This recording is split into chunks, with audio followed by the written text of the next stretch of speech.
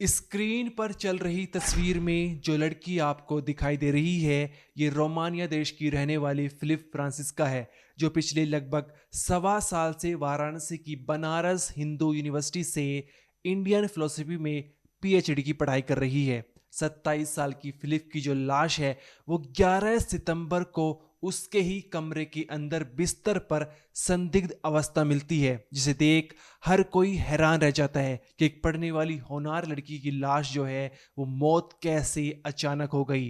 दरअसल फिलिप जो है वो वाराणसी के ही एक मोनू खन्ना का घर है, वहां पर किराए के कमरे में रहती है और 11 सितंबर को वो कॉलेज नहीं गई थी। उस दिन रात में दो विदेशी देश दोस्त जो हैं फिलिप के, वो उस घर में जाते हैं और दरवाज़ा खटखटाते हैं जिस किराए के कमरे में फिलिप रहती है, लेकिन अंदर से ना तो कोई आवाज़ आती है और दरवाज़ा बंद था और ना ही जो है वो फिलिप दरवाज़ा खोलती है। इसकी जानकारी जो दो विदेशी दोस्त होते हैं वो मकान मालिक मोनू खन्ना को देते हैं। मोनू खन्ना भी दरवाजे के पास जाता है, दरवाज़ा खटखटाता है, लेकिन अंदर से कोई आवाज़ नहीं आती। यहाँ पर मोनू को जो है कुछ अजीब लगने लगता है। वो पुलिस को इन्फॉर्म कर देता है तुरंत और पुलिस जो है मौके पर पहुंच जाती है और फिर मोनू के पास जो मास्टर की थी, जो डुप्लीकेट चाबी थी, उसके जरिए पुलिस दरवाज़ा खोलती है और दरवाज़ा खुलते ही सभी की आंखें फटी की फटी रह जाती है, क्योंकि फिलिप की जो लाश है वो उसके बिस्तर पर संदिग्ध अवस्था में मिली थी, जिसे देख हर कोई हैरान रह जाता है और सोच में पड़ जाता है कि आखिर एक पढ़ने वाली होनहार लड़की की जो लाश है वो कैसे बंद कमरे में है, कैसे इसकी मौत हो गई। ये जो सवाल है अब मिस्ट्री बनता हुआ जा रहा है। पुलिस की जांच पड़ताल में सामने निकल कर आया है कि फिलिप को जो है बचपन से ही मिर्गी के दौरे पड़ते थे और इतना ही नहीं, उसकी मेडिकल हिस्ट्री रही है और उसका इलाज भी चल रहा था।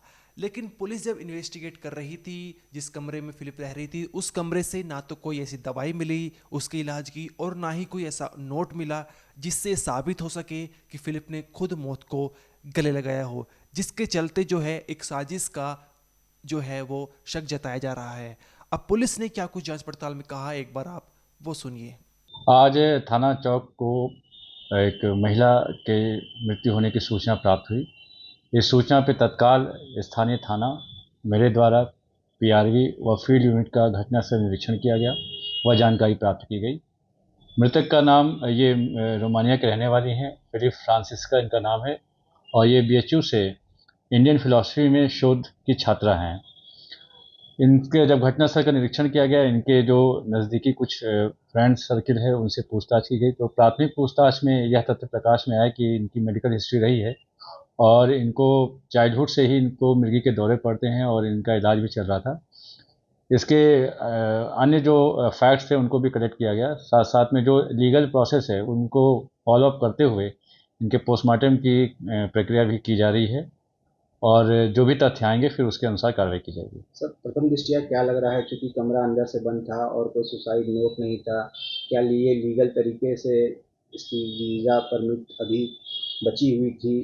जो डॉक्यूमेंट्स कलेक्ट किए गए हैं उसके अनुसार इनके पास अभी परमिट था, ये 2027 तक का इनका वीज़ा परमिट है और जो इनका पीएम है वो हम लोग पैनल से करा रहे हैं, उसकी वीडियोग्राफी भी करा रहे हैं। पीएम के बाद जो भी फैक्ट्स आएंगे उसके अनुसार कार्रवाई की जाएगी। जहाँ ये रुकी थी, क्या वहाँ पे विदेशी पर्यटकों को एज ए किराएदार देने की अनुमति थी, या इन सब चीज़ों, इन सब बिंदुओं पर भी जांच पड़ताल हो रही है? ये काफ़ी समय से यहाँ रह रही थी। इससे पहले जो इनके जो नज़दीकी फ्रेंड सर्किल उन्होंने बताया कि इससे पहले ये सूरत में भी रही हैं और अमृतसर में से भी इन्होंने पढ़ाई की है और ये यहाँ पे काफ़ी समय से किराए पे रह रही हैं। वहाँ पे अन्य लोग भी किराए पे रह रहे थे और ये सारे जो फैक्ट्स हैं इन पे जो जांच करके जो भी फैक्ट्स आएंगे उसके अनुसार कार्रवाई की जाएगी। दूतावास से भी संपर्क साधा गया है, वो बता दिया गया है इनके संबंध, इस परिवार से कोई संपर्क? जो इनसे डिटेल प्राप्त हुई है, एम्बेसी से भी कांटेक्ट करके जो है उनसे ये इन्फॉर्मेशन शेयर की गई है। साथ साथ में जो बीएचयू में पढ़ रही थी वहाँ से जो इनके पर्सनल डिटेल्स मिले हैं वो भी इन्फॉर्मेशन शेयर की गई है और एम्बेसी के माध्यम से इनसे इनके जो रिलेटिव्स हैं या फैमिली के लोग हैं उन तक कांटेक्ट किया जा रहा है। कमरे से जिस तरह बताया जा रहा है कि ये बीमार थी, तो कुछ दवाइयाँ या इस तरह की चीज़ें भी मिली होंगी जो इनकी बीमारी की पुष्टि करते हैं। अभी तक तो इस प्रकार का कोई चीज़ें नहीं मिली हैं। बाकी इनके मोबाइल फ़ोन और जो अन्य कुछ वैल्यूएबल चीज़ें थी, पासपोर्ट और वीज़ा, ये सारा जो है कलेक्शन किया गया। फील्ड यूनिट के द्वारा भी कुछ सैंपल्स लिए गए हैं और ये सारे चीज़ों को इसीलिए हम लोग जो है वो पैनल से और जो है वीडियोग्राफी से करा रहे हैं और पीएम रिपोर्ट आएगी तो काफ़ी चीज़ें क्लियर हो जाएंगी। ये मेरे मकान पे किराए पे रहती थी लगभग 1 साल से। और कल मुझे पता चला कि उसका गेट नहीं खुल रहा है। उसके दोस्त लोग ने बताया मुझे। 2 दोस्त उससे मिलने के लिए आए थे। कुछ लोगों ने मुझे फ़ोन किया। जब पता चला मुझे कि ताला नहीं खुल रहा है तो मैंने पुलिस को कॉल किया। उनके दोस्त द्वारा पुलिस को कॉल कराया गया। पुलिस आई, उसके बाद जब गेट खोला गया तो उसको मुक्ति पाया गया। कहाँ की रहने वाली है? रोमानिया की। क्या नाम है था? इसका नाम है, हम लोग फैनी कहते थे इसको। इसका फिलिप्स ऐसे ही कुछ करके नाम था इसका। एक क्या करते थे आगे? स्टूडेंट है बीएचयू की। बेसिक स्टूडेंट है।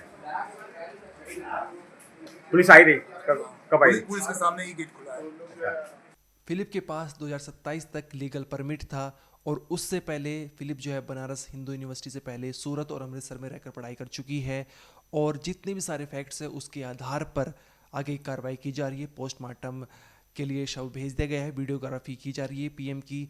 और साथ ही जो है हम आपको बता दें कि रोमानिया में जहां फिलिप का परिवार रहता है उनको भी इन्फॉर्म कर दिया गया है, परिवार को जानकारी दे दी गई है। और जिस डिपार्टमेंट में पढ़ाई करती थी फिलिप, बनारस हिंदू यूनिवर्सिटी के, उस डिपार्टमेंट से जानकारी जुटाई जा रही है और उनके आधार पर जो है आगे कार्रवाई की जाएगी।